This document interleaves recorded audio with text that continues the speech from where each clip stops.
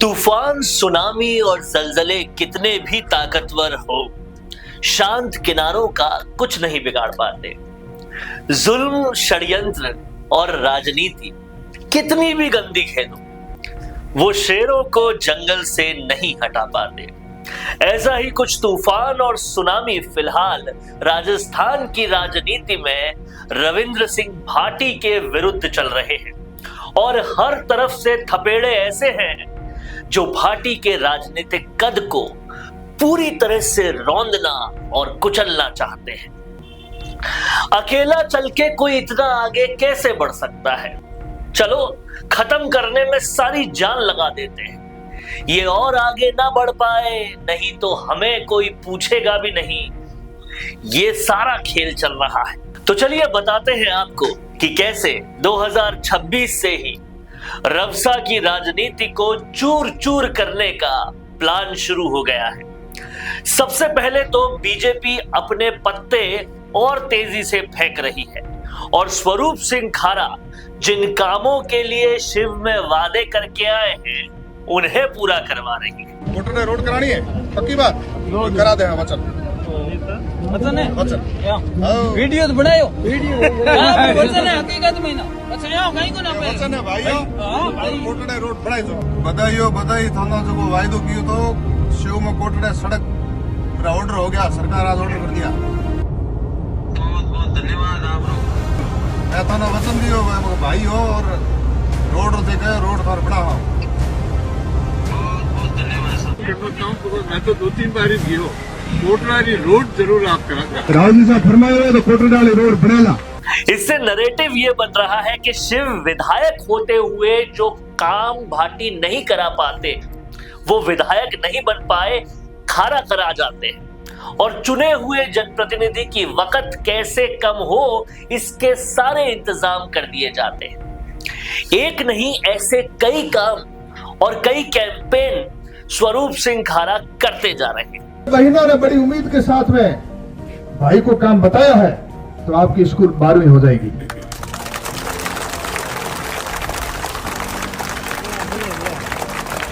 बारहवीं तक यह विद्यालय छोड़ करके आपको अन्य जगह नहीं जाना पड़ा मेरी प्यारी बहनें, आपको कहीं नहीं जाना पड़ेगा। यही 12वीं करके फिर आपको कॉलेज जाना। एक मेरी बहन भाऊ को भी देखो, आंखों में आंसू आ रहे हैं। कितनी कठिन समस्या होती है। हमारे घर की बच्ची, हमारी इज्जत जब बड़ी कठिनता होती है, पास में स्कूल नहीं होती है, 8वीं पास करने के बाद में उसको छोड़नी पड़ती है। ये पीड़ा है हमारे समाज की। इसलिए हम तो चाहते हैं, सरकार भी चाहती है ज्यादा से ज्यादा विद्यालय खुले। और मैं विशेष करके यहाँ के प्रिंसिपल महोदय, पीओ साहब और गांव के अभिभावकों, परिजनों को धन्यवाद देना चाहता हूँ कि यहाँ 200 से ज्यादा नामांकन है, तो आपके तो पहली लिस्ट में बेटा बन जाएगी 12वीं।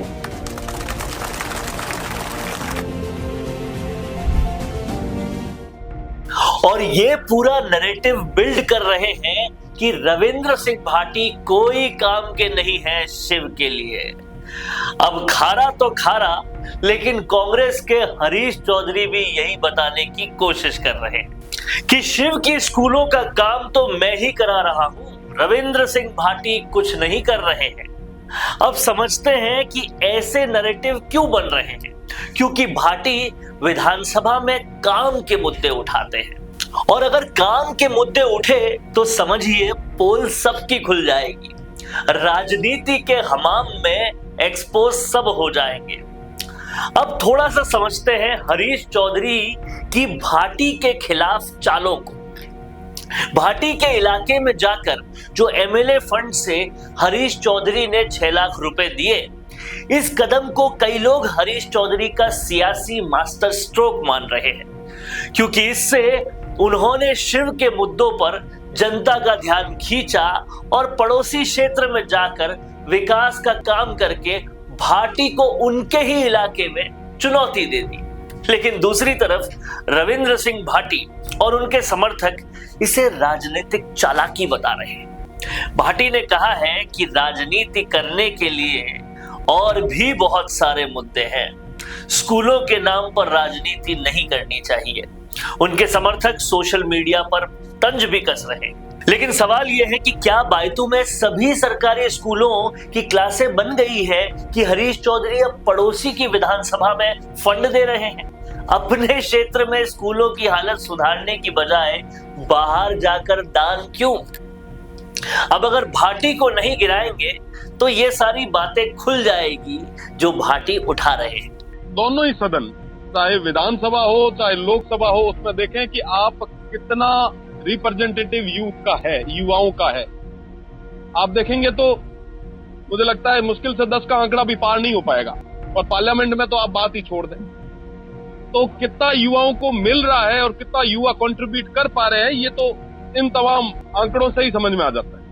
राजस्थान के बेरोजगार और गरीब का मुद्दा जो उठाएगा उसे दिग्गजों द्वारा चकनाचूर कर दिया जाएगा, फिर चाहे वो रविंद्र सिंह भाटी हो, हनुमान बेनीवाल हो, सचिन पायलट हो या नरेश मीणा हो। लेकिन जनता अब सजग हो गई है। जिससे पहले शिव जिताया, बाड़मेर जैसलमेर जैसी लोकसभा में 6.5 लाख वोट दिए, उसे अब और भी बड़ा बना सकती है। इसलिए षड्यंत्रों को अपनी सीमा समझनी होगी, क्योंकि जनता का तंत्र जल्द ही अपना डंडा चलाने वाला है। क्या लगता है आपको इन सब बातों से? आप इत्तेफाक रखते हैं कि नहीं?